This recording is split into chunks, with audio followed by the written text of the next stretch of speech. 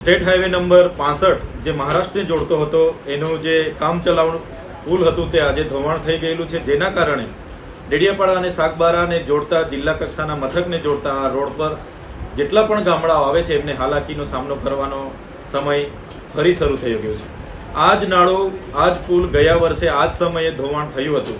અમે ગુજરાત સરકારને પણ ધ્યાન દોર્યું અને જિલ્લા વહીવટી તંત્રને પણ અમે ધ્યાન દોર્યું હતું। જિલ્લા સંકલન સમિતિ હોય કે દરેક જગ્યાએ અમે આવેદનપત્ર પણ એ નાળાને લઈને આપ્યા છે, છતાં વહીવટી તંત્રની બેદરકારીના લીધે આજે ફરી આ વિસ્તારની જનતાને એને હાલાકીનો સામનો કરવો પડશે। આ વિસ્તારના અભ્યાસ કરતા વિદ્યાર્થીઓ હોય, નોકરી કરતા કર્મચારી હોય કે તમામ વર્ગને હવે રાજપીપળાના જિલ્લા મથકે આવવું હોય કે કાં તો બરોડા, ગાંધીનગર કે અમદાવાદ જવું હોય તો નેત્રંગના 30 કિલોમીટર ફરીને ફેરાવો ફરીને હવે ત્યાં જવાનું નોબત આવી ગઈ છે।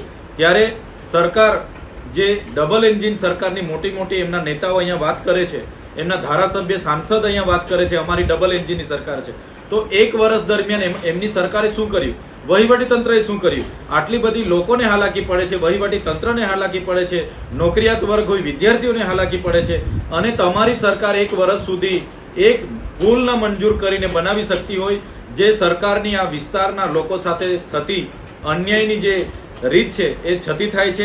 અમે આગળ પણ ઘણીવાર સરકાર અને જિલ્લા વહીવટી તંત્રમાં રજૂઆત કરી, છતાં એમણે ધ્યાન નથી આપ્યું, એમની બેદરકારી આ છતી થઈ છે। ત્યારે આવનારા દિવસોમાં અહીંના લોકોને લઈને એમના ન્યાય માટે અમારે જે પણ કરવું પડશે, આંદોલન ધરણા પણ કરવા પડશે, 56 નંબર નેશનલ હાઈવે પર તો કરીશું, પણ આ લોકો સાથે જે અન્યાય થયો છે એ ખૂબ મોટો અન્યાય આ સરકારે અને વહીવટી તંત્રએ કર્યો છે, જે અમે હવે ચલાવવાના નથી।